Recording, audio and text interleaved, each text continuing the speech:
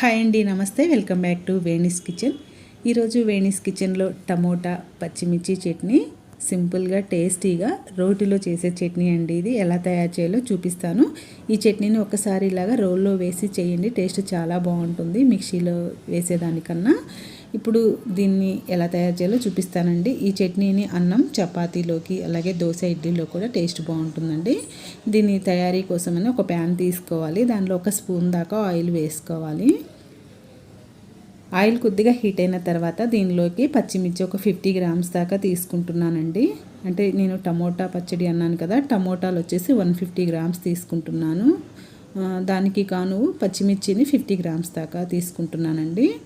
వీటిని మొత్తం కూడా బాగా ఫ్రై చేసుకున్నాం కదా, ఇప్పుడు పక్కన పెట్టేసుకొని అదే ప్యాన్లో మళ్ళీ ఒక 2 స్పూన్ల దాకా ఆయిల్ వేసుకోవాలి. ఈ ఆయిల్లోనే నేను 150 గ్రామ్స్ టమోటా తీసుకున్నాను అన్నాను కదా, వీటిని ఇలాగా శుభ్రంగా కడిగేసి 4 భాగాలుగా చేసుకొని వేసుకోవాలండి. ఈ టమోటా అంతా కూడా బాగా మగ్గించుకోవాలి. లో ఫ్లేమ్లో పెట్టి మగ్గించండి, బాగా మగ్గుతుందండి. ఇప్పుడు దీనిలోకి కొద్దిగా చింతపండు వేసుకోవాలి. ఈ చింతపండు వేయటం వల్ల చట్నీ అనేది ఆ పులుపు తోటి టేస్ట్ బాగుంటుందండి. మనకి పచ్చిమిర్చి స్పైసీ ఎక్కువ ఉన్నా కూడా కొద్దిగా తగ్గుతుంది.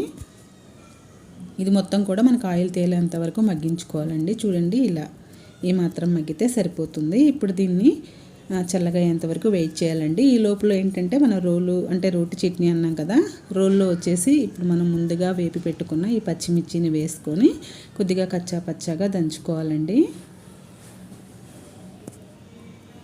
ఇలా కచ్చా పచ్చాగా ఇలా దంచుకోవాలి. మరి మెత్తగా దంచితే చట్నీ టేస్ట్ బాగుండదు. ఇప్పుడు దీనిలోకి రుచికి సరిపడా ఉప్పు వేసుకోవాలండి. ఉప్పు అయితే మీరు మెత్తటి ఉప్పు కన్నా కూడా రాళ్ళ ఉప్పు అంటారు కదా, క్రిస్టల్ సాల్ట్, దాన్ని వేసుకుంటే టేస్ట్ అనేది బాగుంటుంది చట్నీ.